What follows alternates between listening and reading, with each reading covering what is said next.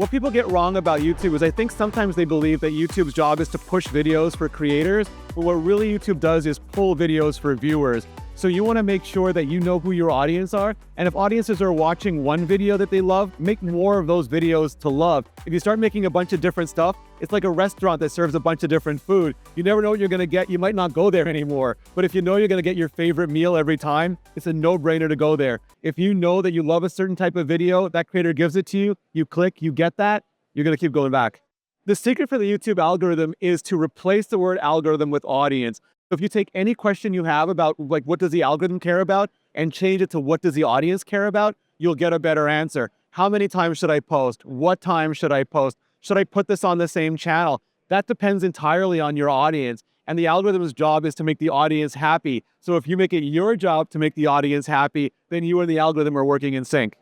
On YouTube, a variety of content types can work. It depends on your goal. You can have 30-second to 3-minute shorts. You can have 3-hour-long podcasts or live streams. You just got to figure out what you want. So like a live stream is not great for reach, but it's incredible for building audience and community. A short is incredible for reach, but you might not attract a loyal audience the same way. So you want to be mindful of what your goal is. Do I just want maximum reach? Make a bunch of shorts. Try to get viral with those shorts, but then figure out a way to have those creators bond with you, whether it's like replying with shorts or going live from the shorts feed as well. If you're like a streamer and you're going live and you're making great community, but you're not getting a lot of reach, clip those up into shorts, put those into the shorts feed so that people can discover you that way. So it's more of like a big package that you can put together. The algorithm is primarily influenced by audience behavior. If you have an audience that likes to watch without sound, then the captions absolutely help them. Like, for example, if they're lying in bed and they're flicking through videos, they can't turn the sound on, then captions might help them read it more. Or if there's other languages, like whether you're doing dubbed captions or dubbed audio tracks, it makes it available to people who have more language. So it's not that the algorithm cares, it's that the audience might care about it and the algorithm would reflect that.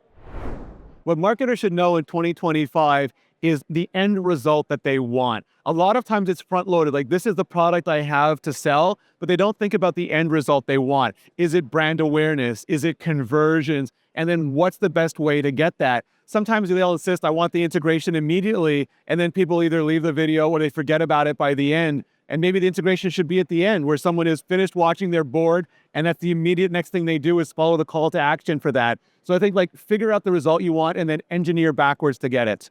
My biggest advice for a brand or a creator who's starting a brand new YouTube channel right now would be if you know exactly what you're doing, like what your product is, make 5 videos, put those live so that somebody discovering your channel immediately will have a bunch of content to binge, and then keep making videos that people who love those videos would love to watch next. Like just be there with that consistency. When they see your thumbnail, they know what they're going to get. They're going to click on it. They're going to get that. They'll be happy every time. Keep evolving as the audience evolves, as the trends and as culture evolves, but know your audience and give them more to love. If you're not quite sure yet, try a few popular formats. Go on YouTube, think like a viewer, see what appeals to you, try a few of those, go in and see which ones are resonating the most and double down on those. What people get wrong about authenticity is they think they need to be more than themselves or different than themselves. You can be in context, like you may not talk to your parents the same way you talk to people at the bar. So you might want to be in context for an audience, and what audience, whether that's family friendly or whether that's a more edgy audience, but you want to just be yourself be your authentic self with that audience. What I'm most excited about for creators now is that we have all the tools available to us that big studios used to have. Like if you think about a big movie release, they would have ads coming up to it. They'd have their premiere. They would do interviews. There would be like follow-up ads. And now like I can tease a video in shorts. I can put the video live. I can premiere that video. I can go live and do a Q&A. I can cut up the Q&A and put those in shorts to remarket the video. Like we have all of these tools available to us. All we have to do now is think about the best way to use them for our audience.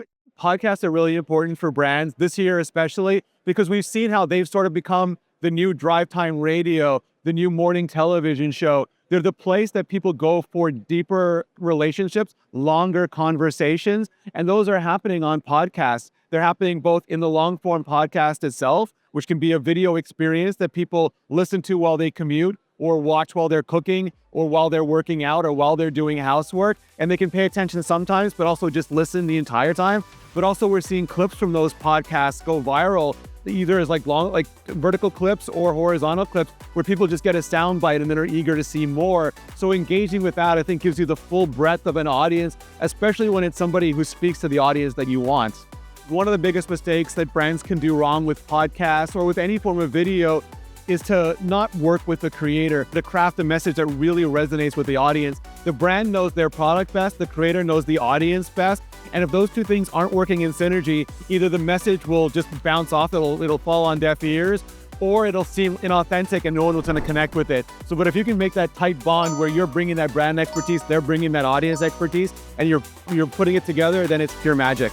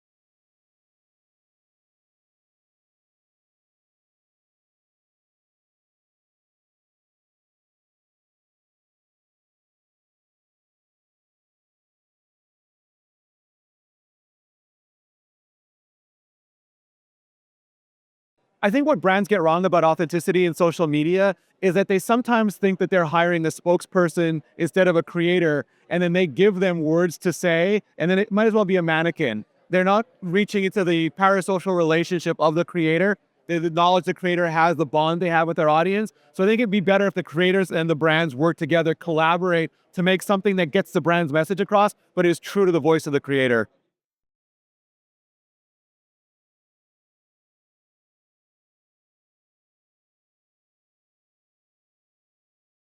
The type of content that works best for brands on social media depends on the goal of the brand. We have everything from 3-hour live streams and podcasts down to 30-second or 3-minute shorts. And a brand can figure out what audience they want to reach and then which creators are reaching that audience and partner with those creators so that you can get that message across in the authentic voice of the creator.